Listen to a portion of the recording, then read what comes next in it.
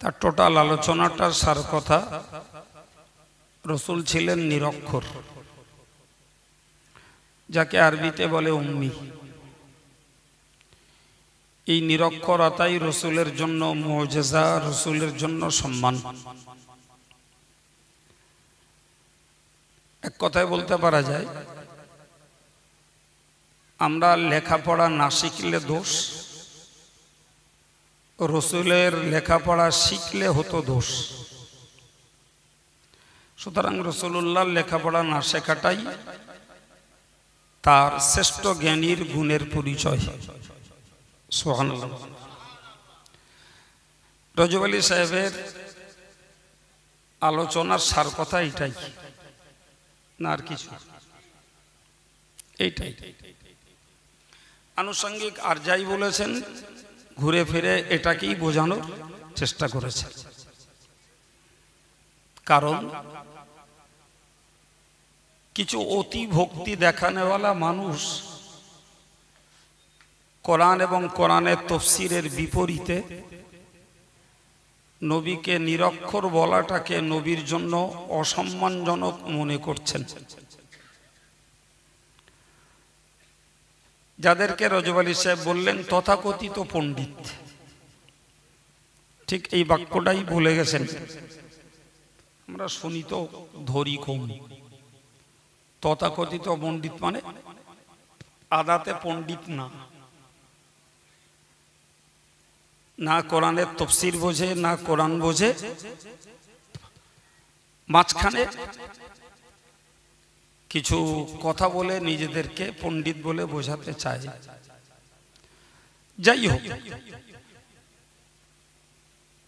এতক্ষণ ধরে যে কথা শুনেছেন সে কথার আত্মবিশ্বাস আমাদের মনে দৃঢ় হোক যে আমরা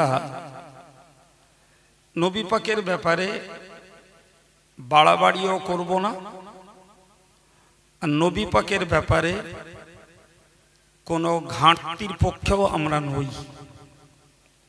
ঠিক না ভুল? বরং রসুলের হাদিস রয়েছে, আনজিলুন নাস আলা মানাজিলিহিম। সহিহ মুসলিমের ভূমিকাতে উল্লেখ করা আছে, হযরত আম্মাজান আয়েশা সিদ্দিকা রাদিয়াল্লাহু আনহা বলেন, আমারানা রাসূলুল্লাহ সাল্লাল্লাহু আলাইহি ওয়াসাল্লাম,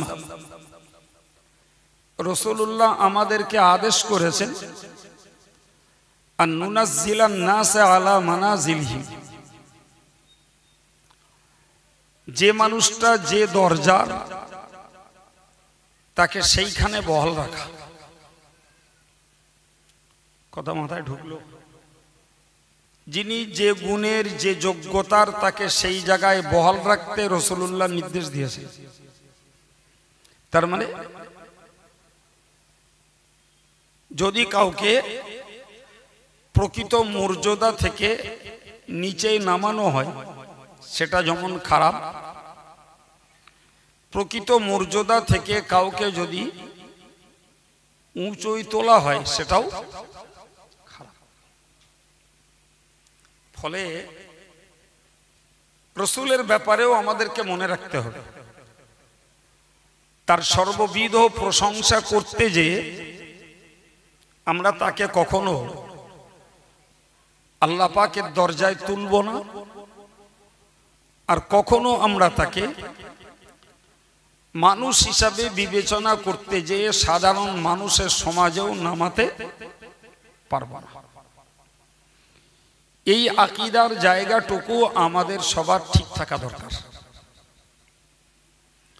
যাই হোক, আমি রজব আলী সাহেবের কথায় যা বুঝলাম, তিনি এই বিষয়ের উপরেই আপনাদেরকে শুরু থেকে আলোচনা করেছেন বলে আমার মনে হয়েছে, তাই তো নাকি? যার সার কথা আমি 5 মিনিটে আপনাদেরকে একটু শুধু রিপিট করেছি মাত্র। আমি কোরআন শরীফের ছোট্ট একটু অংশ পড়েছি, রসুলের জবানে বর্ণিত একটা হাদিস পড়েছি, এর উপরে দাঁড়িয়েই কিছুক্ষণ কথা বলবো। যার সূত্রপাতটাকে করছি মনে রাখুন। আমাদের সবার জন্য একটা গুরু দায়িত্ব হলো নিজেদের হৃদয়টাকে পরিষ্কার পরিচ্ছন্ন করা, মনটাকে খাঁটি বানানো, নিজেদের মনটাকে নির্মল তৈরি করা। ধর্মজীবন এবং সমাজ জীবনের জন্য একটা উত্তম পন্থা। দেখুন, আজকের যুগে যত দ্বিধা দ্বন্দ্ব, যত চাপান উত্তর এবং যত ভুল বোঝাবুঝি, একজন আর একজনের বিপক্ষে সমালোচনা, কেউ নিজেকে বড় মনে করা, কাউকে ছোট মনে করা, এই সব কিছুর মূল কেন্দ্র হয়েছে আমাদের হৃদয়, আমাদের কলবের অপবিত্রতা, কলবের অপরিচ্ছন্নতা। মন যদি পরিষ্কার হয় তাহলে হিংসা থেকে বাঁচা যায়। মন পরিষ্কার হলে অহংকার থেকে নিজেকে নিরাপদে রাখা যায়। মন পরিষ্কার হলে কারোর বিরুদ্ধে গাল ফজিহত সমালোচনা দেওয়া থেকেও বিরত থাকা যায়। মন যদি পরিষ্কার হয় অন্তরে ইখলাস পয়দা করা যায়। মন যদি পরিষ্কার হয় আল্লাহ আল্লাহ রসুলের সঠিক ভালোবাসা অর্জন করা যায়। মন যদি পরিষ্কার হয় তাহলে অন্যকে হেয় আর ছোট করা থেকে বাঁচা যায়। মন যদি পরিষ্কার হয় ভিতরে খোদার ভয় জায়গা পায়। মন যদি পরিষ্কার হয় জাহান্নামের ভয় ভিতরে ঢোকে। মন যদি পরিষ্কার হয় জান্নাতের আগ্রহ বাড়ে। মন যদি পরিষ্কার হয় নিজেকে অন্যের তুলনায় যে কোনো বিষয়ে ছোট মনে করা যায়। আমার কথাগুলো কি বোঝা গেছে? তাহলে প্রত্যেকটা ইমানদার মুসলমান ভাইদের, মায়েদের, আলেমদের, পীর সাহেবদের, পীরজাদাদের, ইমাম সাহেবদের সবার একটা চেষ্টা করা দরকার যে আমাদের মনটাকে নির্মল করা, অন্তরটাকে পরিষ্কার করা। আমি অন্য কিছু কথা আর আজকে বলবো না। এই ছোট্ট কথার উপরেই আপনাদেরকে 2-4 মিনিট কথা শোনাচ্ছি। এর মধ্যে একটা গুরুত্বপূর্ণ বিষয় বুঝুন ভাই, প্রত্যেকটা ইবাদত আমল আল্লাহর কাছে পছন্দনীয় মকবুল হওয়ার জন্য দরকার ইখলাসের। কিসের দরকার বাবা? ইখলাস। সমস্ত পীর ওলিরা একমত যে ইখলাস অর্জন করা খুব কঠিন। কেউ এটাকে সহজ বলেনি। আবার বলছি, সমস্ত পীর ওলিরা একমত যে ইখলাস অর্জন করা সহজ বললাম কি কঠিন। অথচ আল্লাহ বলেছেন ওমা উমিরু ইল্লা লিয়াবুদুল্লাহ মুখলিসিনা লাহুদ্দিন। তোমরা নির্দেশিত হয়েছো আল্লাহর জন্য খালিস দিলে ইবাদত করতে, জিকির করতে, তাসবিহ পড়তে, ওয়াজ নসিহত করতে, ইমামতি করতে। তুমি যেটাই করো সেটা খালিস আল্লাহর জন্য করো। কার জন্য? আল্লাহর জন্য। যদি আল্লাহর জন্য আমরা মনটাকে বিশুদ্ধ না করে, খাঁটি না করে কিছু যদি করি তো সেটি আমাদের খাটনি হবে, সময় যাবে, কাজ বিশেষে অর্থ খরচ হবে, অথচ আল্লাহর কাছে সেটা গ্রহণযোগ্য হবে না। সুতরাং আমি রাজবাড়িয়ার মানুষদেরকে যথেষ্ট আন্তরিকভাবে ভালোবাসি, সেই সুবাদে বলছি আজকের এই আলোচনাটা আমার কাছ থেকে আল্লাহ যদি শোনান তাহলে পোক্তা একটা নিয়ত করুন।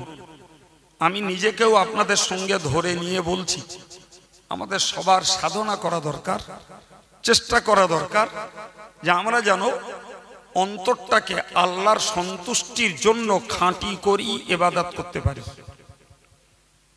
তাহলে ঠকবো না, আমাদের খাটনিটা বেকার যাবে না, অর্থ খরচটা বেকার যাবে না, আমাদের ইবাদত আমলের অজনসিহতের মেহনতটা বেকার যাবে না। আর যদি খুলুসিয়াতের অভাব থাকে, বিশুদ্ধতার যদি অভাব থাকে, আমাদের নিয়তের যদি ত্রুটি বিচ্যুতি থেকে যায়, তাহলে আমাদের সবগুলো আল্লাহর কাছে পণ্ড হওয়ার ভয় আছে না? নাই বাবা, একটু বলেন, শুনুন। হযরত ওমর ফারুক রাদিয়াল্লাহু আনহু কোন একদিন তার ঘর থেকে বেরিয়েছে, আর বেরিয়ে তিনি মসজিদের দিকে গেলেন। তো যে দেখতে পেলেন হযরত ওমর রাদিয়াল্লাহু আনহু, হযরত মুআজ রাদিয়াল্লাহু আনহু তিনি বসে আছেন কাঈদান ইনদা কবরিন নবী সাল্লাল্লাহু আলাইহি ওয়াসাল্লাম ইয়াবকি, রাসূলের কবরের কাছে বসে বসে তিনি কাঁদছেন। দেখেছেন কে? হযরত ওমর। আর কাকে দেখছেন? হযরত মুআজকে। হযরত ওমর তার বাসা থেকে বেরিয়েছেন, আর বেরিয়ে মসজিদে নববীর দিকে গিয়ে দেখছেন হযরত মুআজ ইবনে জাবাল রাদিয়াল্লাহু আনহু তিনি মসজিদে নববীর কাছে বসে বসে, এই রাসূলের কবরের কাছে বসে বসে কাঁদছেন। হযরত ওমর তাকে জিজ্ঞাসা করলেন, মা ইউবিকি, কে আপনাকে কাঁদালো? আপনি কাঁদছেন কেন? আপনার কান্নার কারণটা কি? উনি তখন বললেন, ইউবকিনি শাইউন সামিতুহু মির রাসূলিল্লাহি সাল্লাল্লাহু আলাইহি ওয়াসাল্লাম, আমাকে কাঁদিয়েছে রাসূলের একটা কথা, যে কথাটা আমি রাসূলের হায়াতে জিন্দেগিতে রাসূলের কাছে শুনেছিলাম, সেই কথাটা আমার মনে পড়েছে। আর ওই কথাটা মনে পড়তেই আমি কান্না করছি।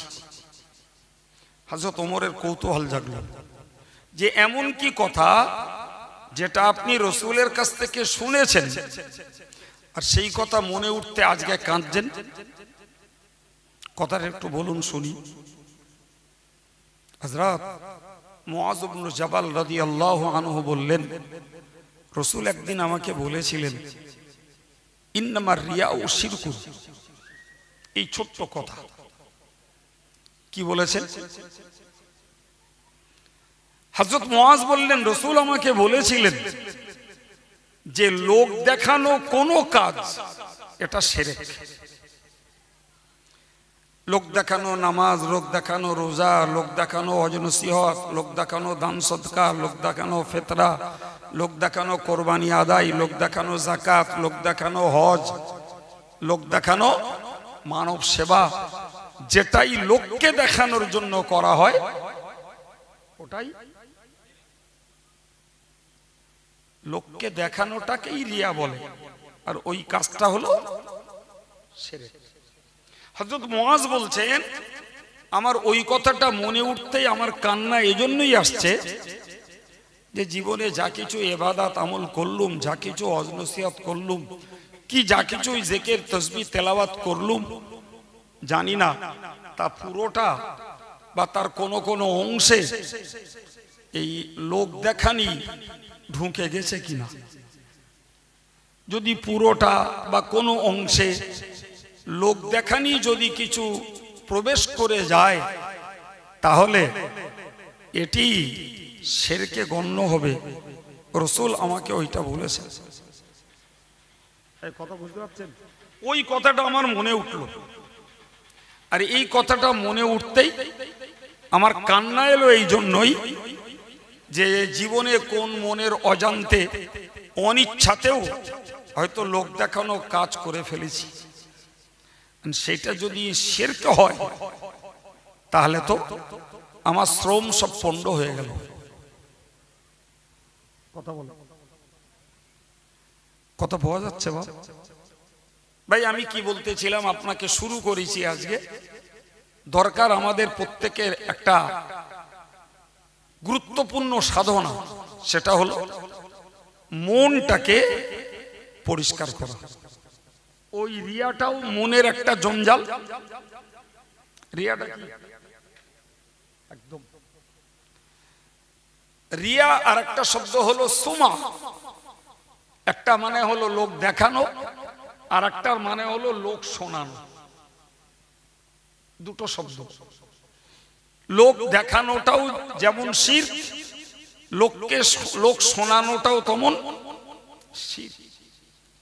এখন বলেন, নবী পাকের সাহাবী হযরত মুআয ইবনে জাবাল রাদিয়াল্লাহু আনহু যদি এরকম বিষয়টাকে নিয়ে কান্না করেন, আচ্ছা বাবা আমরা আমাদের জীবনে যা কিছু করেছি সেই কথাগুলো মনে করলে পরে আমাদের মধ্যে লোক দেখানির এই ভয় আছে না নাই? কি বলছেন? থাকতে পারে না? পারে না?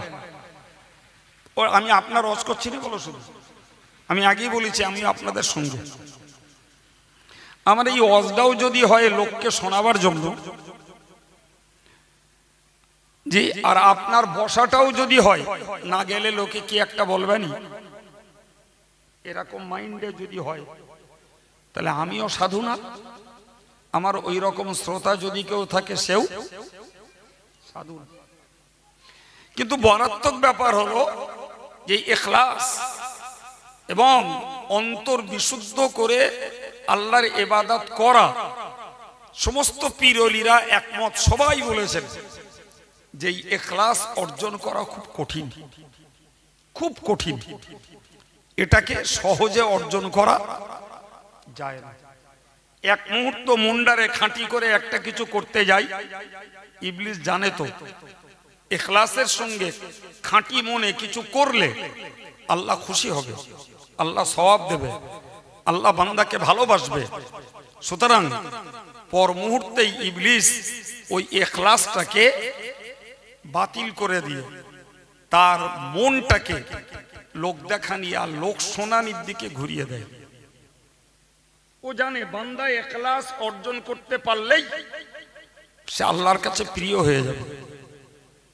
সম্মানিত ভাইরা, প্রিয় ছেলেরা, পর্দার মায়েরা, আমাদেরকে মনে রাখতে হবে এই যে রিয়া, লোক দেখানোটাকে রাসূল শিরক বলেছেন, ওই রিয়াটাও তো অন্তরে। রিয়াটা কোথায়? জোরে বলেন কোথায়? লোক দেখানোর এই মনোভাব তৈরি হয় হৃদয়ের মধ্যেই।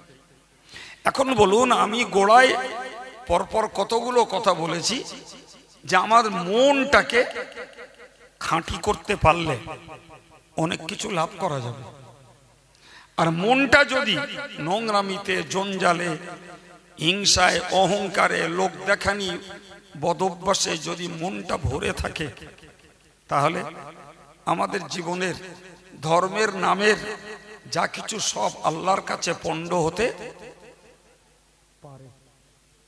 দেখেন না, আমরা জীবনে বহুতবার শুনেছি তাকওয়া। শুনিনি শব্দটা? প্রচুর শুনেছি, যাকে ফার্সিতে বলা হয় পরেশগারিতা, আর বাংলায় বলে অ্যাকচুয়াল সংযত হওয়া। কি হওয়া?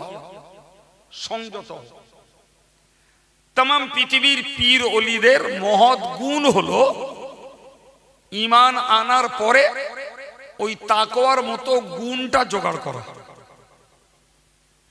সুবহানাল্লাহ বলেন। তাকওয়ার মতো গুণটা জোগাড় করা, এটাই तमाम পৃথিবীর ওলিদের সাধনা ছিল,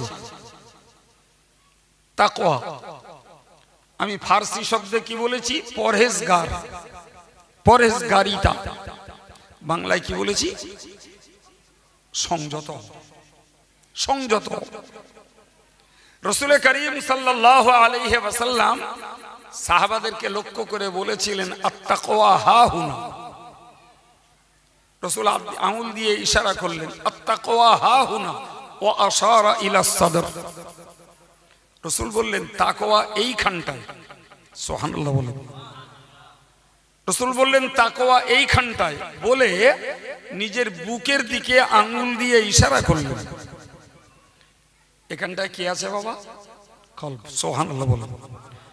তাহলে রাসূলের এই হাদিস থেকেও আমরা বুঝতে পারছি যে কোনো মানুষকে যদি সংযত জীবন যাপন করতে হয় তাহলে সেই ময়দানটা হলো কোথায়?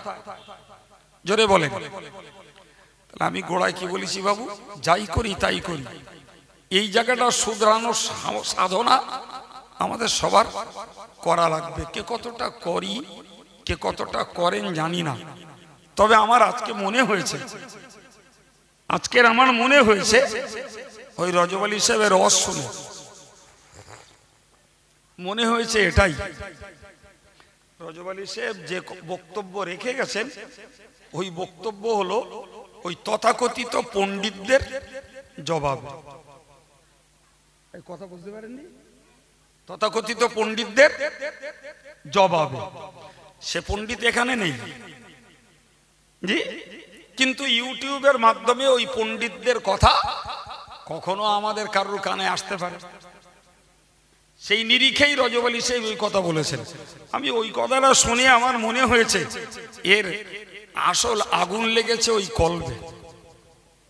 কোথায় লেগেছে? ওই কলবে আগুন লেগেছে বলেই একে অপরের চাপানুতর, একে অপরের বিরুদ্ধে গালিমন্দ, অন্যের তুলনায় নিজেকে পণ্ডিত মনে করা এবং উদ্দেশ্য যে সত্যটা প্রকাশ করা না, মিথ্যা কথা বলেও মানুষকে বিভ্রান্ত করে রাখা। এই কাজ ওই পণ্ডিতদের দ্বারা হয়েছে বলেই রজব আলী সাহেব তার জবাব দিতে গিয়ে এত কথা শোনালেন।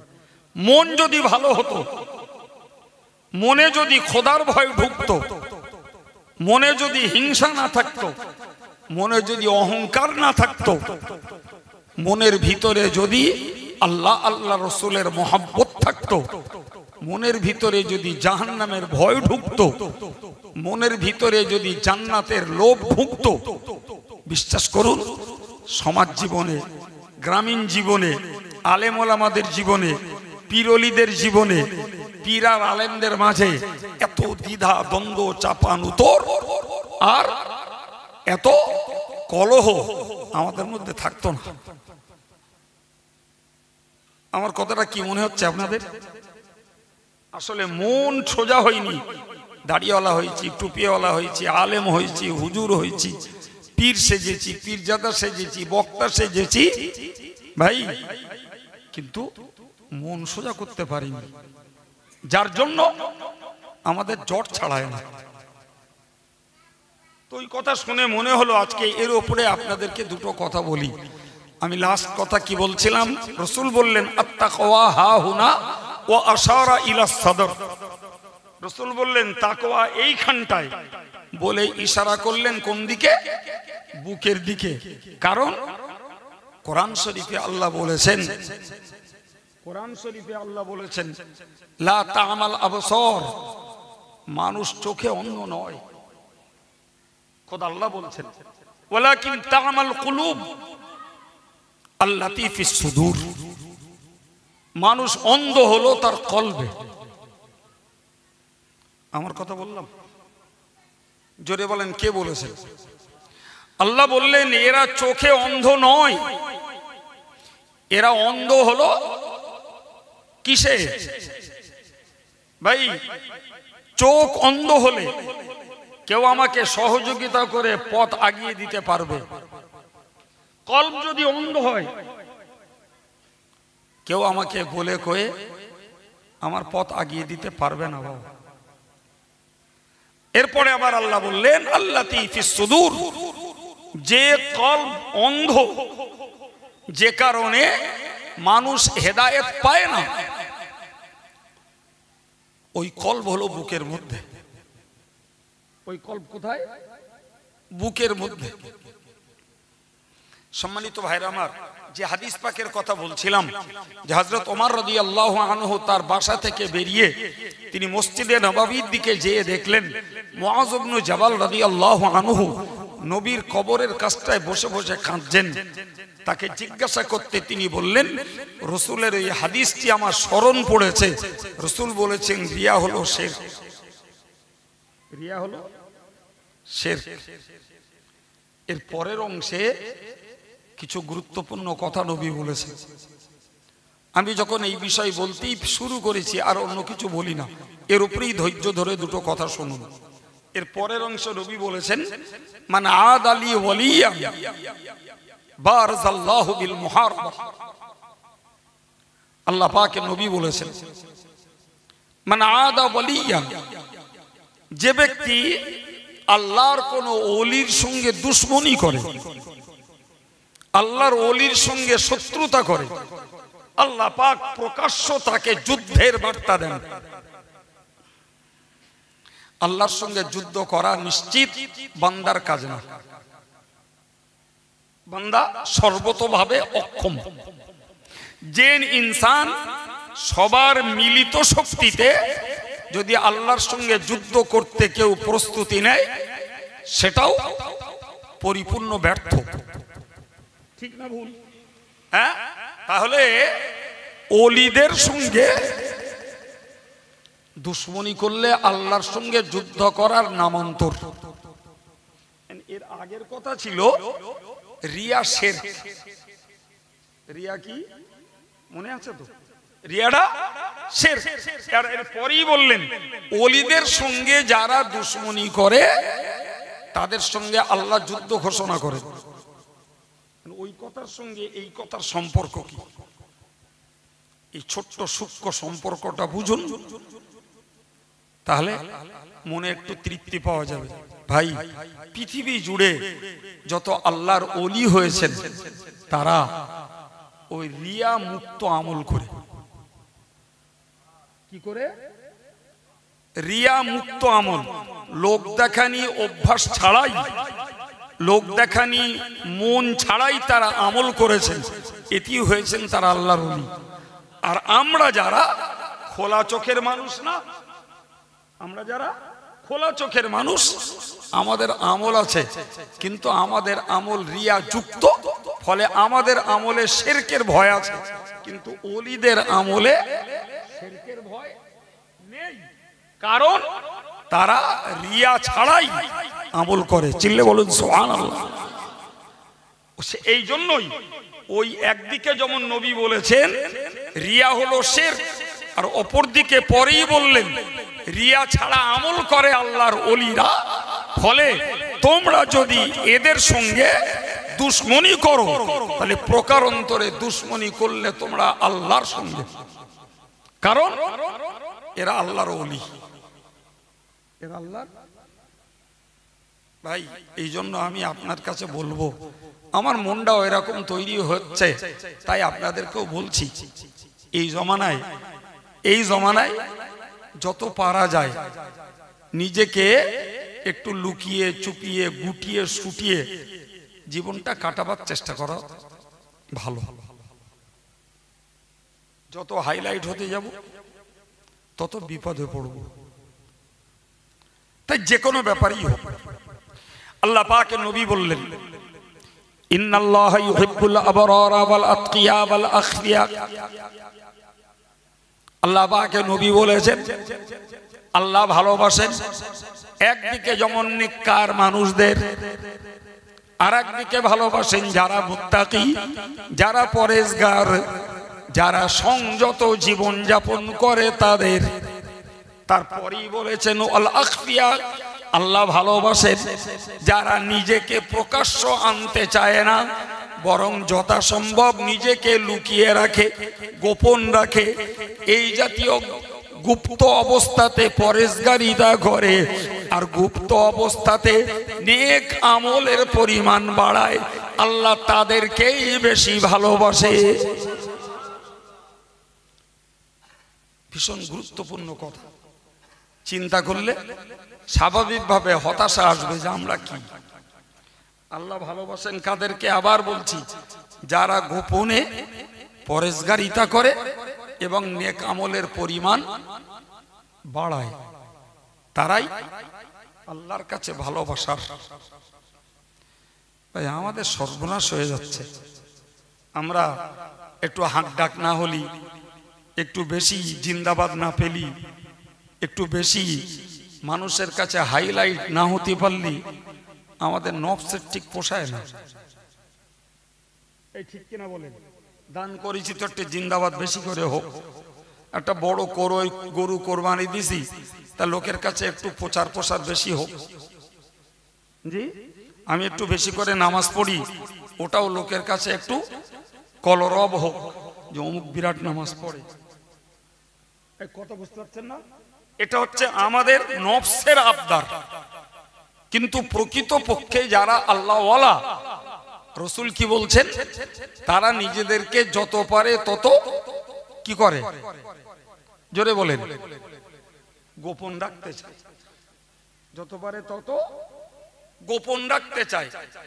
এমনকি আল্লাহ পাকের নবী বলেছেন, শুনলে আশ্চর্য হতে হবে, ইজা গাবা লাম ইয়াতাফাক্কাদু, যদি 2-4 দিন ওইরকম লোকের পাওয়া না যায়, তাকে একবার খোঁজও করেন। আমরা তো মরিছি, আমরা পাশ ফেরুলি, এ একবার খোঁজ নিচ্ছে, ও একবার খোঁজ নিচ্ছে, একবার ফোন করছে, ও একবার এসে ধন্না ধরতেছে। কিন্তু সমাজে এমন কিছু লোক আছে, তারা যদি 2-4 দিন চোখের সামনে না পড়ে, তা কেউ একবার খোঁজও নেয় না যে হারা অমুক গেল কোথায়। তারা দেখতে পাচ্ছি না কেন, কুরুমবাড়ি গেছে না জজ্জারি হয়েছে না কি, না কোথাও বেড়াতে চাড়াতে গেছে, এরম খোঁজও হয় না লোকগুলো। কথা বুঝতে পারছেন কিছু? আল্লাহর নবী বলছেন ওই লোকগুলো আল্লাহর প্রিয়। লোকে তাদের খোঁজ নেয় না, কিন্তু গোপনে গোপনে তারা তাকওয়া করে, গোপনে তারা আমলের পরিমাণ বাড়ায়, ওরাই আল্লাহর প্রিয় পাত্র, ভালোবাসার। এমনকি রাসূল বলেছেন, ইজা হাজারু লাম ইয়াদউ, যদি তারা হাজিরও হয় তে কেউ ডাকেও না, যদি সামনে পড়ে ডাকেও না। আবার বললেন, যদিও ডাকে ওয়ালাম ইউকাররিবু, কাছেও বসে না, বসায় না। তার মানে কি? সমাজের মূল স্রোতে তাদের কোনো জায়গা নেই। ভাই বিশ্বাস করুন, তারা আমার মতো আলেম না, তারা আমাদের মতো নেতা না, তারা এমএলএ এমপি বাবু না, তারা সমাজের মেম্বার প্রধান না। ফলে সমাজের মূল স্রোতে তাদের কোনো হাক ডাকও নেই, 2-4 দিন সামনে না পড়লেও খোঁজও হয় না। আবার যদি কোনোদিন সামনে পড়ে তো ডাকেও না, আবার যদি একটু ডাকে তা কাছেও বসতে যায়। আল্লাহু আকবার। ভাই তাহলে আমরা ভালো মনে করছি, সম্মানিত মনে করছি, প্রচুর পরিমাণে জিন্দাবাদ দিচ্ছি আর কুড়ুচ্ছি একদল লোক, আর ওদিকে ভেতর থেকে ভালোবাসা অর্জন করছে আর একদল লোক। সুবহানাল্লাহ বলেন। কথা বোঝাতে পারছি আমি? ভেতর থেকে ভালোবাসা জোগাড় করছে কার? আল্লাহর ভালোবাসা। সে লোকগুলো বলো, তারা পীর সাহেব না, পীরজাদা না, আলেম না, বক্তা না, তারা মসজিদের ইমাম না, তাদের কোনো সমাজের মূল স্রোতে কোনো বিচার আচারে, কোনো মিটিং সিটিং এ তাদের ডাক পাক কিচ্ছু নেই। ওদিকে গোপনে গোপনে তারা আল্লাহর প্রেম লাভ করছে তাকওয়ার দ্বারায়, নেক আমলের দ্বারায়, আর নিজেদেরকে আত্মগোপন করে রেখে। এমনকি নবী বলেছেন ওই লোকগুলোর বাড়িঘরগুলো খুব একটা উল্লেখযোগ্য না, বাড়িঘরগুলো খুব একটা উল্লেখযোগ্য না, খুব ঝিকঝাক চোখে ধরার মতো তাদের বাড়িঘর নয়। অথচ আল্লাহ পাকের নবী বললেন, কুলুবুহুম মাসাবিহুল হুদা। সুবহানাল্লাহ বলেন। আল্লাহর নবী বললেন, ওদের হৃদয়গুলো হলো হেদায়েতের প্রদীপ, ওদের অন্তরগুলো হলো হেদায়েতের আলো, ওদের অন্তরগুলোতে জ্বলছে হেদায়েতের বাতি। আর একটু জোরে বলেন। এই কথার গুরুত্ব বুঝছেন? হেদায়েতের জ্যোতি কোথায় জ্বলে? বলেন বলেন, অন্তরে, কলবে। আমরা জ্বালাচ্ছি পোশাকে, আমরা জ্বালাচ্ছি টুপিতে, আমরা জ্বালাচ্ছি দাড়িতে, আমরা জ্বালাচ্ছি নামাজে, আমরা জ্বালাচ্ছি কোরবানিতে, আমরা জ্বালাচ্ছি ফেতরা দিয়ে, আমরা জ্বালাচ্ছি দান করে, আমরা জ্বালাচ্ছি ওয়াজ দিয়ে, ওয়াজ শুনে, ওয়াজ করে। আর আমার রাসূল বলছেন ওই লোকগুলো হৃদয়ে জ্বলে হেদায়েতের বাতি। কি বাবা, আমি নই, আপনি নই, তবে নিঃসন্দেহে আমাদের সমাজে গোপনে আল্লাহর ভালোবাসার ধান্দায় পাওয়ার জোগাড়ে কিছু লোক আছে বাপ। আমরা যদি নবীর এই হাদিস অনুযায়ী সবাই যদি ওই রকম হওয়ার যদি একটু চেষ্টা করতাম, তাহলে আমাদের ইহকাল পরকালটা একটু ভালো হতো। তাহলে হেদায়েতের বাতি কোথায় জ্বলে? জোরে বলে, কলবে জ্বলে বাবা। আমি গোড়ায় আজকের ওই কথা দিয়ে শুরু করেছি, অন্তরটা যদি সংশোধন করতে পারি আমরা সব দিক দিয়ে লাভবান। আমাদের মুখ দিয়ে খই ঠিকরে যাচ্ছে, গল্পের খই, অজনসিহতের খই, আমাদের মেয়েদের ওইরকম কথার খই ঠিকরে যাচ্ছে। আমরা হৃদয় সোজা করতে পারি, মনটাকে আমরা ভালো করতে পারিনি। সাধনাও খুব একটা নেই, সাধনাও খুব একটা নেই। এটা আমাদের জন্য বড় মাইনাস পয়েন্ট ভাই। যে হৃদয় হেদায়েতের বাতি, হেদায়েতের আলো জ্বলবার সেন্টার, সুবহানাল্লাহ। আপনি আরেক দিকে তাকান, কোরআন শরীফে আল্লাহ বলেছেন উলাইকা কাতাবা ফি কুলুবিহিমুল ঈমান। আল্লাহ পাকের নবীর সাহাবীদের গুণ গাইতে যে স্বয়ং আল্লাহ বলেছেন তারা তাদের ঈমানটাকে অন্তরে খোদাই করেছে। আরেকটু জোরে। তাহলে ঈমানের পাত্র কোথায়? অন্তরে, অন্তরে। তাহলে আল্লাহর প্রেমের পাত্র অন্তর, তাকওয়ার পাত্র অন্তর, নবী প্রেমের পাত্র অন্তর। জি, ওই অন্তর তাকওয়ার পাত্র, ওই অন্তর হেদায়েতের পাত্র, ওই অন্তর ঈমানের পাত্র। আবার ওই অন্তরটাকে দেখবেন, কোরআন বলছে ফাইন্নাহু নাযালা আলা কলবিকা লিতাকুনা মিনাল মুনজিরিন। আল্লাহ বললেন নবী গো, তোমার অন্তরে কোরআন নিক্ষেপ করেছে জিবরিল আমিন। সুবহানাল্লাহ। কোথায় নিক্ষেপ করেছে? জোরে বলেন কোথায়? ওয়া ইন্নাহু লাতানজিলু রাব্বিল আলামিন নাযালা বিহির রূহুল আমিন আলা কলবিকা লিতাকুনা মিনাল মুনজিরিন। ওগো নবী তুমি মনে রাখো, ওয়া ইন্নাহু লাতানজিলু রাব্বিল আলামিন, ওই কোরআন নাজিল হয়েছে গোটা জগৎ সমূহের যিনি প্রতিপালক, ওই রবের পক্ষ থেকে। কে এনেছে? নাযালা বিহির রূহুল আমিন, ওটাকে নাজিল করেছেন তথা ওটাকে নিয়ে এসেছেন তোমার কাছে জিবরিল আমিন আলাইহিস সালাম আলা কলবিকা, এবং ওটাকে ঢেলে দিয়েছেন, নিক্ষেপ করেছেন তোমার হৃদয়ে। তাহলে কোরআনের জায়গা একটু সবাই মিলে বলেন, তাকওয়ার জায়গা অন্তর, ঈমানের জায়গা অন্তর, হেদায়েতের বাতি জ্বলার জায়গা অন্তর, কোরআনের জায়গা, ঈমানের জায়গা। এরপরে যদি উল্টো দিকটাকে বুঝি ভাই, অহংকারের জায়গা অন্তর, হিংসার জায়গা, রিয়ার জায়গা।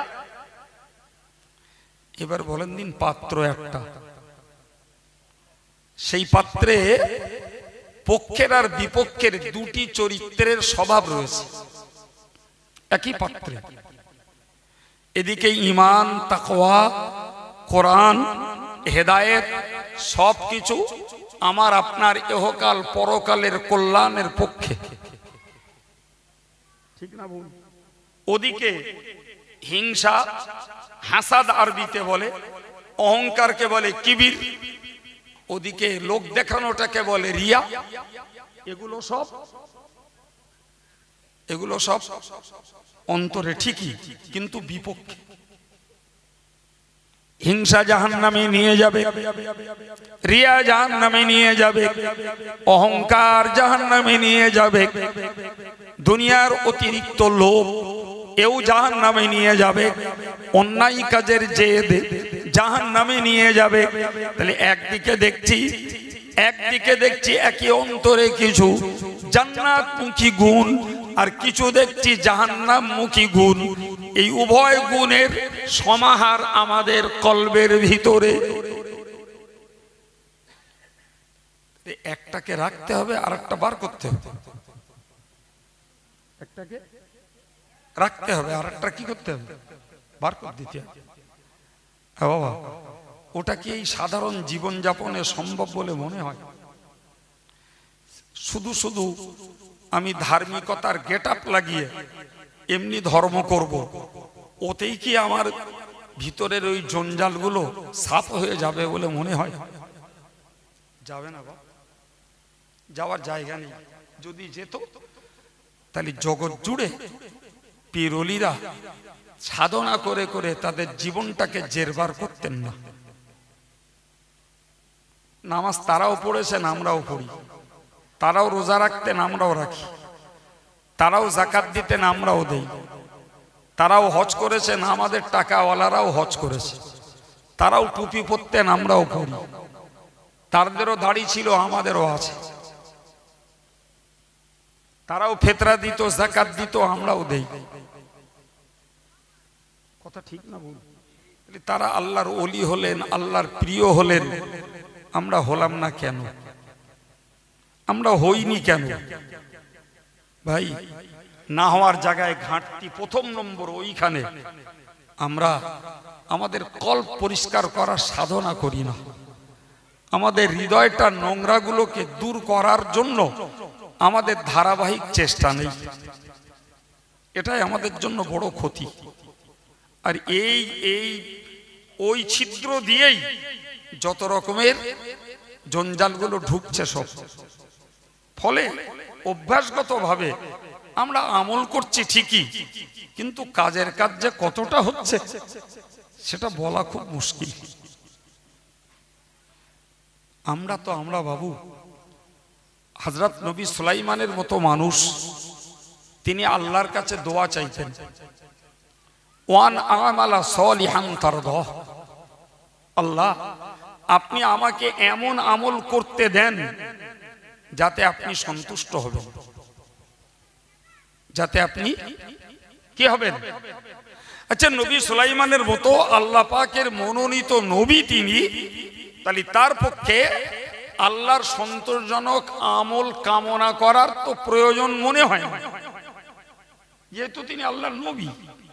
কিন্তু তারপরেও নবী হলেও তারা তো ইবাদতের দায়িত্ব থেকে ছাড় পেয়ে যায়নি বাবা। পেয়েছিলেন কি? ইবাদতের দায়িত্ব থেকে তারা ছাড় পেয়ে যাননি।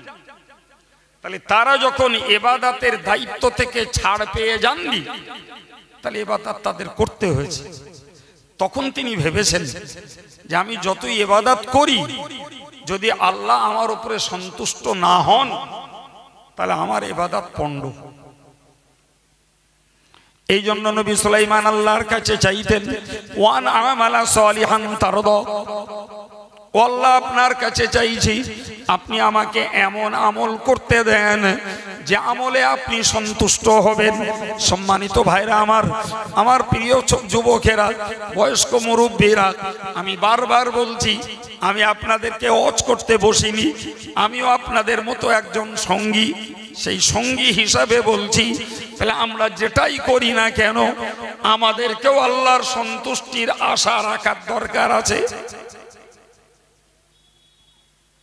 তাহলে যদি লোক দেখানো কিছু হই হই, লোক দেখানো কিছু ঝিকঝাক, লোক দেখানো উল্লেখযোগ্য কিছু করি, আমি আগে বলেছি একবার, সময় যাবে, অর্থ যাবে, কষ্ট হবে, আল্লাহর কাছ থেকে কিছু পাওয়া যাবে না। জি, আল্লাহর কাছ থেকে কিছু পাওয়া যাবে না।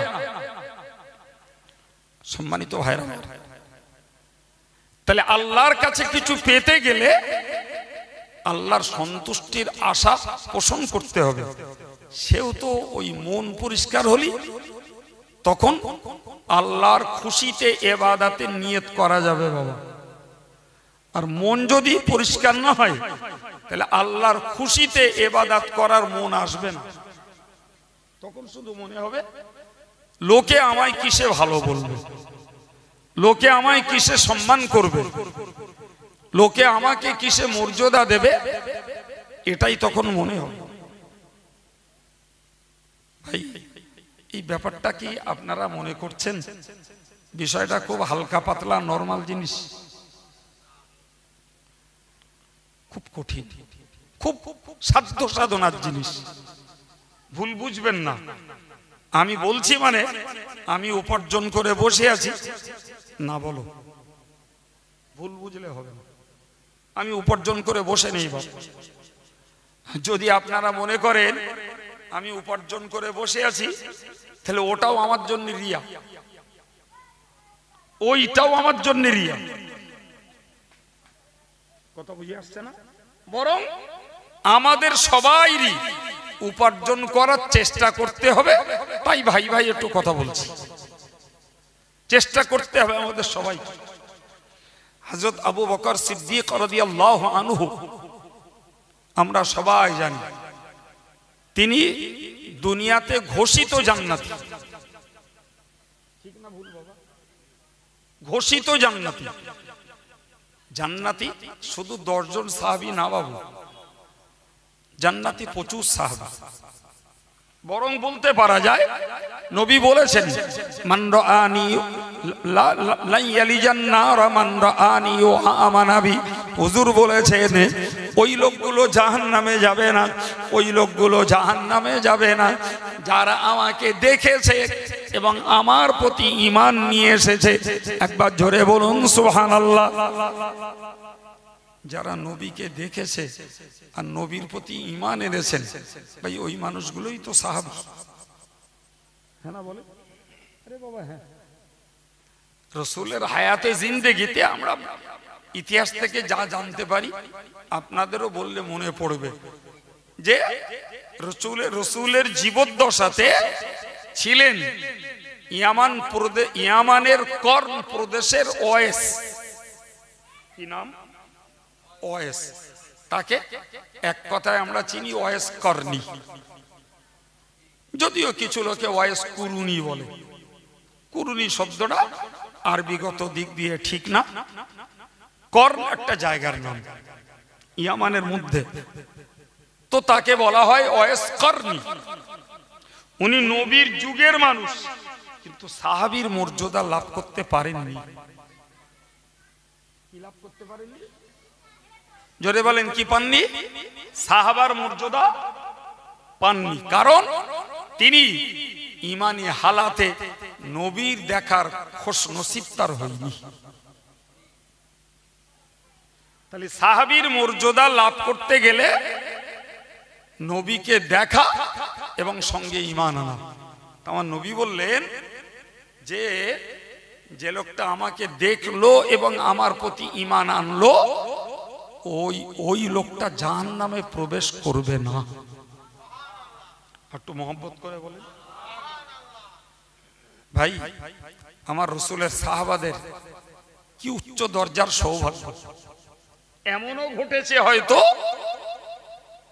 ঈমান এনেছেন, নবীকে দেখেছেন, ঈমান এনেছেন, সাহাবীর মর্যাদা লাভ হয়েছে, আমল করার আর সুযোগ আসেনি, তার আগে আল্লাহ তুলে নিয়েছেন।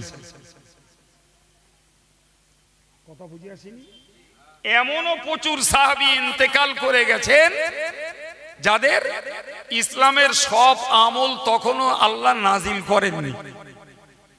যে কটা নাজিল করেছেন সে কটা আমল করেছেন, বাকিগুলো নাজিল হয়নি, তার আগে আল্লাহ তাদের তুলে নিয়েছেন। বাস, ওতেই তারা জান্নাতি। এমনও হয়েছে ইসলামের হারাম জিনিসের হুকুম তখনও আসেনি, তার আগেই তাদের ইন্তেকাল হয়ে গেছে। অনেক সাহাবী আগেকার যুগের মদ খাওয়ার প্রথা চলতেছিল, কথা শুনছেন, চলতেছিল, পরবর্তীকালে মদ হারাম হয়েছে। বাস ওই সাহাবীগুলো ইন্তেকাল করে গেছে। তাহলে তাদের পিরিয়ডে মদ খাওয়া, বলেন কি বলবেন, এই রে চালু ছিল, হালাল বলে কথা না, মানুষের অভ্যাসে ছিল, চালু ছিল। পরে মদ হারাম হয়েছে। ইহুদিরা প্রশ্ন তুলেছে যে মদ যখন হারাম হয়েছে আর অমুক অমুক অমুক সাহাবী তারা তো সব মদ খেতে খেতে মরে গেছে, এখন এরা সব জাহান্নামে যাবে, নাউজুবিল্লাহ বলে। আমার আল্লাহ কোরআন নাজিল করে বলে দিলেন, লাইসা আলাইহিম জুনাহুন ফিমা তুইমু ইযা মাত্তাকাউ, ইতিপূর্বে তারা যা কিছু খেয়ে গেছে এর জন্য তাদের কোনো গুনাহ নেই। তাহলে তাদের সবথেকে বড় প্লাস পয়েন্ট, তাদের সবথেকে বড় হাতিয়ার হলো তারা ঈমান সহ নবীকে দেখেছেন এবং ঈমান সহ হায়াতে জিন্দেগিটা কাটিয়েছেন। আমার আল্লাহ পাকের রাসূল তাদের জন্য বললেন, লা ইয়ালিজান নার, এরা কখনো জাহান্নামে, জি। অথচ আল্লাহ অন্য আয়াত পাকে বলেছেন, ইন্নাল্লাযীনা কাযযাবু বিআয়াতিনা ওয়াস্তাকবারু আনহা লা তুফাত্তাহু লাহুম আবওয়াবুস সামা ওয়া লা ইয়াদখুলুনাল জান্নাহ হাত্তা ইয়ালিজাল জামালু ফি সাম্মিল খিয়াত। অথচ আল্লাহ বললেন, ইন্নাল্লাযীনা কাযযাবু বিআয়াতিনা, আল্লাহ বলছেন যারা আমার আয়াতকে মিথ্যা বলেছে, যারা আমার আয়াতকে ওয়াস্তাকবারু আনহা, আর ওইগুলোর প্রতি ঈমান আনার ব্যাপারে অহংকার করেছে। কি করেছে বাবা? ঈমান তো আনিনি, উল্টো। একটা উদাহরণ দিলেই বুঝে যাবেন, এখন আর বোধহয় নেই, তবে আগে ছোটবেলায় শুনেছি, নামাজ তো পড়ে না, উজন বলে তোরা নামাজ পড়ে কি পাস রে, এরম লোক আগে বলেন, আমি নাম করে বলবো, ওই বলে ফেলেছে, ওই বলে ফেলেছে। তাহলে এরা নামাজ পড়েনি, উজন, নামাজের প্রতি তাদের ইনকার, যারা পড়ে তাদের প্রতি বিদ্রুপ ঠাট্টা। আল্লাহ বললেন যারা আমার আয়াতের প্রতি ঈমান আনিনি, উজন অহংকার করেছে, লা তুফাত্তাহু লাহুম আবওয়াবুস সামা, এদের জন্য আসমানের দোয়ার, আসমানের দরজা খোলা হবে না, আর ওয়ালা ইয়াদখুলুনাল জান্নাহ, ওরা জান্নাতেও যাবে না। এরপরে আমার আল্লাহ পাক একটা চূড়ান্ত উদাহরণ দিয়েছেন, হাত্তা ইয়ালিজাল জামালু ফি সাম্মিল খিয়াত। আল্লাহ পাক নিজেই বললেন, যদি সূঁচের ছিদ্র দিয়ে উট যাওয়া সম্ভব হয়, সূঁচের ছিদ্র দিয়ে যদি উট যেতে পারে, তাহলে যারা আমি আল্লাহর আয়াতের প্রতি ঈমান আনিনি, উল্টো অহংকার করেছে, এদের পক্ষে তবে জান্নাতে যাওয়া সম্ভব। এখন বলে, সূঁচের ওই ছিদ্র দিয়ে উট যেতে পারে? বাপ, আল্লাহ ওই উদাহরণ কোরআনে দিয়েছে। সূঁচের ছিদ্র দিয়ে উট যাওয়া যেমন সম্ভব না, যারা আমার আয়াতকে অস্বীকার করেছে, ঈমান আনিনি, উল্টো অহংকার করেছে, এদের পক্ষেও জান্নাতে যাওয়া। কিন্তু যারা নবীর যুগে ঈমান নিয়ে এসেছে, আলহামদুলিল্লাহ, যখন যেমন আয়াত এসেছে, বিনা কিন্তু কথায়, বিনা সমালোচনায়, বিনা ঘাড় ঘোড়াগুড়িতে তারা ঈমান নিয়ে এসেছে। তো আমার আল্লাহ পাকের নবী বললেন যে এরা জাহান্নামে প্রবেশ করবে না। সুবহানাল্লাহ। তো জাহান্নামে প্রবেশ করবে না মানে কোথায় যাবে বাবা? সুবহানাল্লাহ।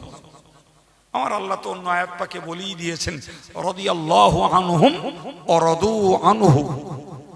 আল্লাহ তাদের উপরে সন্তুষ্ট আর তারাও আল্লাহর উপরে সন্তুষ্ট। তা আল্লাহর সন্তুষ্টি বান্দা পেয়ে গেছে মানে তার আর কি চাই?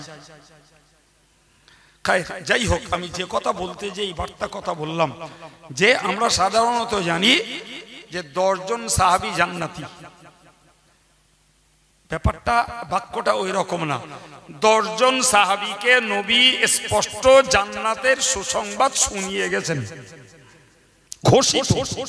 বাকি জান্নাতি প্রচুর সাহাবী, সুবহানাল্লাহ। তার মধ্যকার প্রথম নম্বর আউয়ালুহুম আবু বকর সিদ্দিক রাদিয়াল্লাহু আনহু। ওই আবু বকর সিদ্দিক আল্লাহর কাছে দোয়া চাই, রব্বি আউযিনি আন আশকুরা নি'মাতাকাল্লাতী আন'আমতা আলাইয়া ওয়া আলা ওয়ালিদাইয়া। হযরত আবু বকর বলতেন, রব্বুল আলামিন আপনি আমাকে ক্ষমতা দেন, আমি আপনার ইবাদত যেন করতে পারি। শুধু ওই নয়, তিনি বলতেন, আল্লাহ আপনি আমাকে নিয়ামত দিয়েছেন ইসলাম কবুল করার নিয়ামত, এর জন্য আমি আপনার শুকরিয়া আদায় করতে পারি।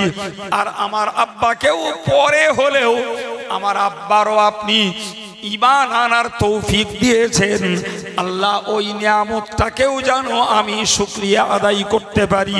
আল্লাহ আমার মাকেও আপনি ঈমান আনার তৌফিক দিয়েছেন। যদিও বাপের আগে হযরত আবু বকর ঈমান এনেছেন, কিন্তু তিনি আল্লাহর কাছে চাইছেন, আল্লাহ আমার আব্বা ঈমান এনেছে, মা এনেছে, আমি এনেছি, আল্লাহ তুমি আমায় ক্ষমতা দাও, আমার আব্বা মা ঈমান এনে জাহান্নাম থেকে বাঁচার যোগ্য হয়েছে, এর জন্য যেন তোমাকে আমি ধন্যবাদ জানাতে পারি। শুকরিয়া মানে ধন্যবাদ জানানো। কাকে? আল্লাহকে। আল্লাহকে। জি। আবার বললেন, ওয়ান আমালা সালিহান তারদা। আল্লাহ আপনি, আল্লাহ আমার প্রতি সন্তুষ্ট হন ওই কাজ দ্বারা যে কাজে আপনি খুশি, যে আমলে আপনি খুশি হন ওই আমল আমায় করতে দেন। আমি আগে বলছিলাম নবী সুলাইমানের কথা, মনে আছে? ঠিক ওই দোয়াটাও চাইতেন হযরত আবু বকর সিদ্দিক রাদিয়াল্লাহু আনহু। ওই পর্যন্ত নয়, আরো বলতেন, ওয়াসলিহ লি ফি যুররিয়াতি। হযরত আবু বকর আল্লাহর কাছে চাইতেন, ওয়াসলিহ লি ফি যুররিয়াতি, ও আল্লাহ আমার আওলাদগুলোকেও আপনি দয়া করে সংশোধন করে দিন, আওলাদগুলোকে আল্লাহ দুরস্ত করে দিন, তারাও যেন দিন ঈমানের পথে কায়েম থাকতে পারে। আমরা শুনিও নি, আমরা ওরকম দোয়া করিও না। কোরআনের দোয়া, ওয়াসলিহ লি ফি যুররিয়াতি, আল্লাহ আমার আওলাদদের ভিতরে আপনি আপনার রহমত দিয়ে এদেরকে সংশোধন করে দিন। আল্লাহ কার দোয়া? এই কার দোয়া? খোদ আবু বকর সিদ্দিক রাদিয়াল্লাহু আনহুর দোয়া। আল্লাহ আপনি আমার বেটাদেরকে বেটিদেরকে আল্লাহ আপনি কি করুন? বলেন কি বলেছি?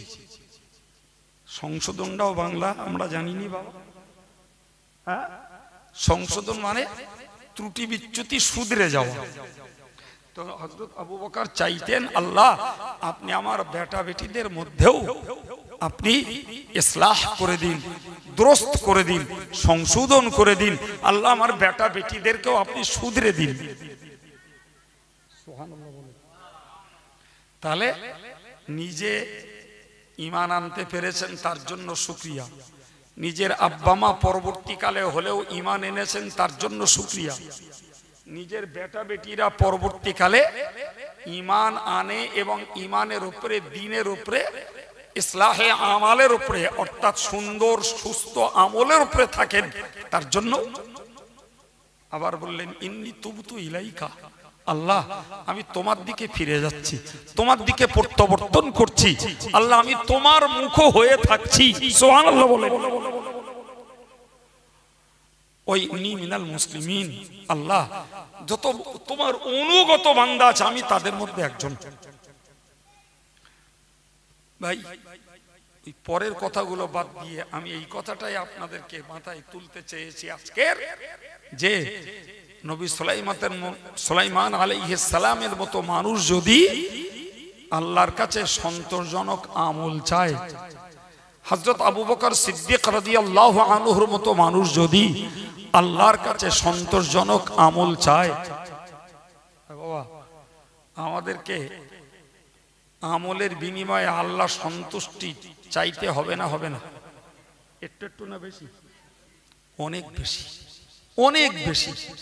যে আল্লাহ তুমি আমার হজে খুশি হও, আল্লাহ তুমি আমার নামাজে খুশি হও, আল্লাহ এই জান্নাতি মজলিসে বসে আছি, আল্লাহ তুমি খুশি হও, আল্লাহ আমি 50টা টাকা দান করছি, আল্লাহ তুমি খুশি হও, আল্লাহ আমি ফিতরাটা দিচ্ছি, তুমি খুশি হও, আল্লাহ আমি কোরবানি দিচ্ছি, তুমি খুশি হও, আল্লাহ আমি যাকাতটাকে আদায় করছি, তুমি সন্তুষ্ট হও, আল্লাহ আমি ইমামতি করছি, তুমি সন্তুষ্ট হও, আল্লাহ আমি হাদিসের কিতাব পড়াচ্ছি, তুমি সন্তুষ্ট হও, আল্লাহ আমি গরিবের সেবা দিচ্ছি, তুমি সন্তুষ্ট হও, আল্লাহ আমরা মসজিদ মাদ্রাসা করেছি, তুমি সন্তুষ্ট হও, আল্লাহ আমার বাচ্চা কাচ্চাগুলোকে আমি দ্বীনের পথে রাখতে চেষ্টা করছি, আল্লাহ তুমি সন্তুষ্ট হও।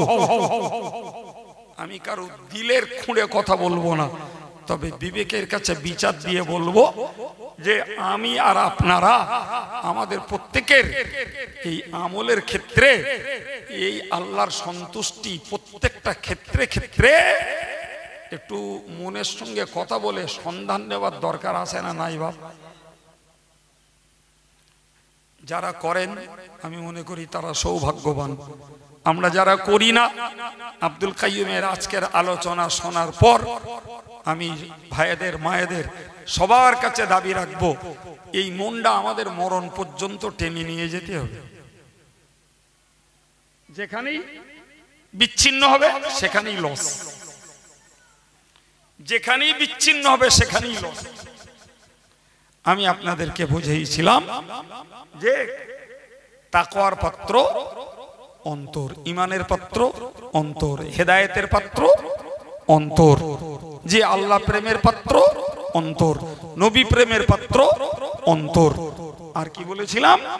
এই অন্তর হিংসার, রিয়ার, অহংকারের, জেদের, লোভের সব ওই অন্তর। আমি আপনাদের একবার বলেছি যে ওই জায়গাটা থেকে এক অংশ তাড়াতে হবে আর এক অংশকে বহাল রাখতে হবে। কোনটা তাড়াতে হবে সবাই বুঝে গেছেন আলহামদুলিল্লাহ, জি।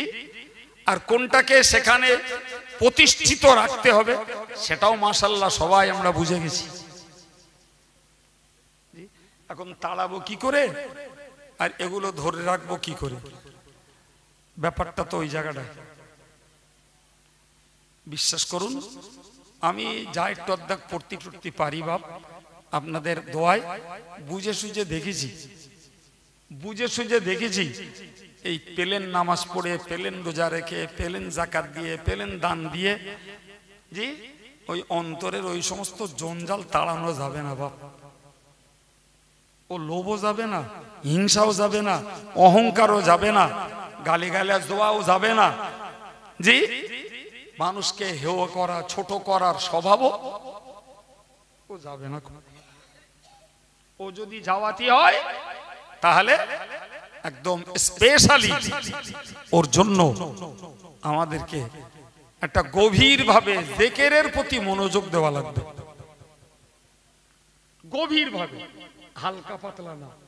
একদিন মজলিসে বসলুম একটুখান জিকির করলুম, দুই একদিন মসজিদে বসলুম একটু জিকির করলুম, ওতে হবে না বাপ, ওতে হবে না। ধারাবাহিক ভাবে আমাদের সবাইকে একদম একনিষ্ঠ মন নিয়ে, আপনি পীরের মুরিদ হলে আলহামদুলিল্লাহ, যদি নাই হন কোরআনের আদেশকে মাথায় রেখে এক নিরবিচ্ছিন্ন মনে একটু আল্লাহ আল্লাহ করার আমাদের আদাত তৈরি করতে হবে। যত যত আল্লাহ আল্লাহর আদাত তৈরি করব তত এই তাকওয়া, হেদায়েত, ঈমান এগুলো অক্সিজেন পাবে, আর তত ওই বাকি জঞ্জালগুলো তত জব্দ হবে। এমনি এমনি হবে না, আমি একদম খোলা কথা বলছি, ইচ্ছা করলে 5টা আয়াত পড়ে 2টো হাদিস পড়েও টাইম পাস করতে পারতাম। আপনারা জ্ঞানী মানুষ, জ্ঞানীর জন্য ইশারা যথেষ্ট, ইশারা যথেষ্ট। আমরা যদি কায় মনোবাক্যে একদিন না বাবা, আদাত বানানো মানে অভ্যাসে পরিণত করা, আদাত বানাতে হবে। যত কাজই থাক, আমি মাগরিবের নামাজ পড়ে কিছুক্ষণ আল্লাহ আল্লাহ করে তাই উঠব, ফজরের নামাজ পড়ে কিছুক্ষণ এক ধ্যানে এক মনে আল্লাহ আল্লাহ করে তাই উঠব, এশার নামাজ পড়বো কিছুক্ষণ, দরুদ শরীফ পড়ে তারপরে মসজিদ থেকে বাড়ি যাবে। ওটাও জিকির, ওতেও গুনাহ মাফ হয়, ওতেও সওয়াব হয়, ওতেও আল্লাহর কাছে দরজা বৃদ্ধি পায়। আর কি, আর প্রতিদিন প্রতিদিন শুধু শুনবো না, বরং একদম কাজে লাগানোর মতো মন নিয়ে শুনবো।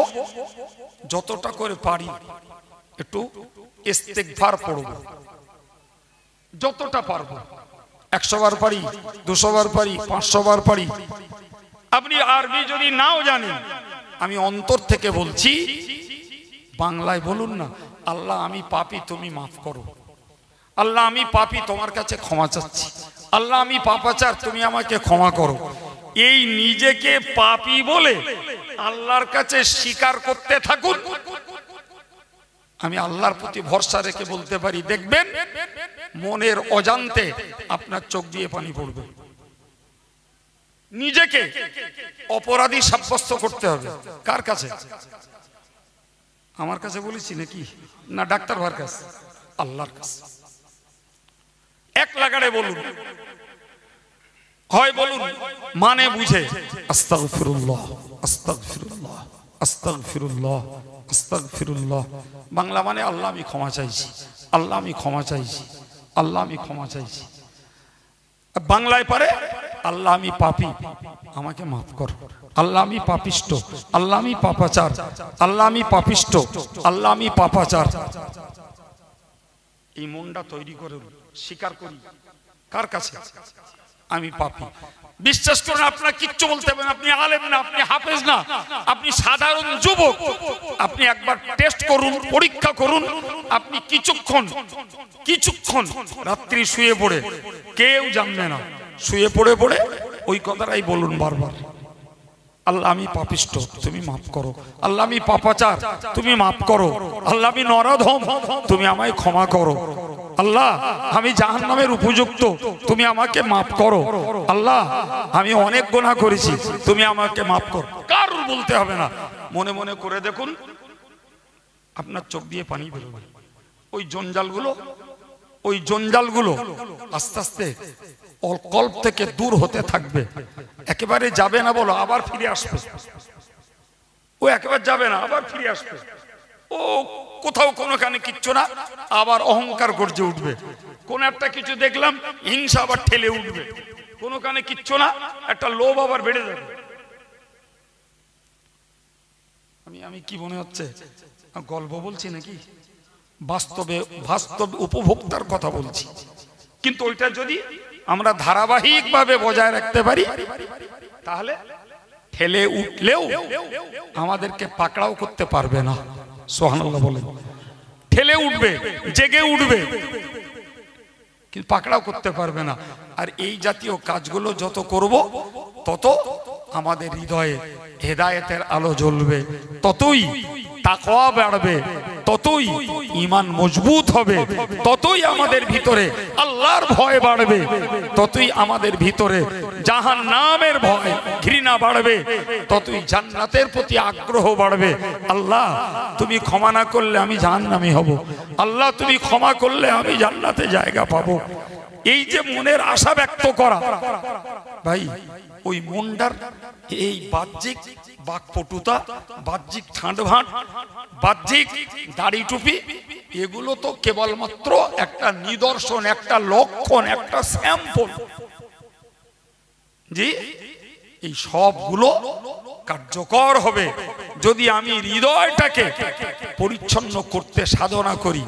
আমি আবার বলছি, একদিনের কাজ না, যতক্ষণ আল্লাহ সজ্ঞানে রাখবেন ততক্ষণ করে যেতে হবে, তাহলে হৃদয়টা আবর্জনা মুক্ত হবে আর আল্লাহর সন্তুষ্টির কেন্দ্র অন্তর তৈরি হবে। তখন যাই আমল করতে যাব সেটা আল্লাহর সন্তুষ্টির জন্য করার নিয়ত আপনিতেই মুখে চলে আসবে, বা আপনিতেই চলে আসবে। আর যদি মন ঠিক না করতে পারি, এদিকে এঁটে সেটে যাব যে আজকে 2000 টাকা দান করব, কেউ যেন না জানে, কেউ যেন না জানে, দিলুম 2000 টাকা, জি বললুম কিচ্ছু করতে হবে না।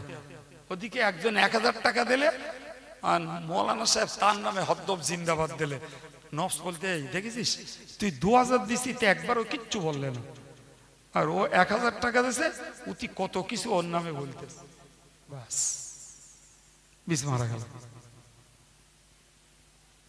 বুঝতে পারেননি আমার কথা? ও তো ওত পেতে আছে ঘাঁটিতে, যাতে এর ইখলাসটাকে শেষ করা যায়, এর আল্লাহর সন্তুষ্টি নিয়তটাকে বরবাদ করে দেওয়া যায়। তার জন্য তো নফস আছে, তার জন্য তো শয়তান আছে। যাই হোক, যে বক্তব্য আর বাড়াবো না, জানি না এসব বলবো এ মন নিয়ে বসিনি, জি। তবে আমার ওই রজব আলী সাহেবের অশোনার পরে মনে হচ্ছিল যে রজব আলী সাহেব ওই একদল তথাকথিত পণ্ডিতদের জবাব দিতে যেই আজকের 1 ঘন্টা 15 মিনিট 20 মিনিট আপনাদের কাছে এই কথাগুলো শুনিয়েছে, তাই না বাবা? আর আসলে ওগুলো ঘটছে কেন? ওই আগুন কোথায় লেগেছে বলিস একবার? কলবে আগুন লেগেছে, আর ও আগুনে পুড়ছে, ও আগুনে পুড়তেছি, পুড়ছে পীর সাহেব, পীরজাদা, মৌলানা, মুফতি, হাফেজ সাহেব, হাজি সাহেব, সব রকমের মানুষ ও আগুনে। কখনো আমার কাছে শুনেছেন না? মনে পড়লো তাই বলে ফেলছি। এক হাজি সাহেবের কাছে গেছি জামিয়ার কালেকশন করতে, 2000 টাকা দেশ, আমি বিলটা লিখছি, আমার বলছে খোকা শুনোস তো, সেই ওই দিক থেকে ঘুরে এসেছি, সেইভাবে লিখো। বুঝতে পারেননি? তা আমি জাপটা করে লিখে দিলাম আলহাজ মাস্টার মোহাম্মদ অমুক সাহেব, আর মনে মনে বললুম হজদারে আরব সাগরে শেষ করে এলে। রিয়েলি বলছি, রিয়েলি বলছি, জি ভাই আমার, আল্লাহ আমাদের সহি বুঝ দেন, বলুন আমিন।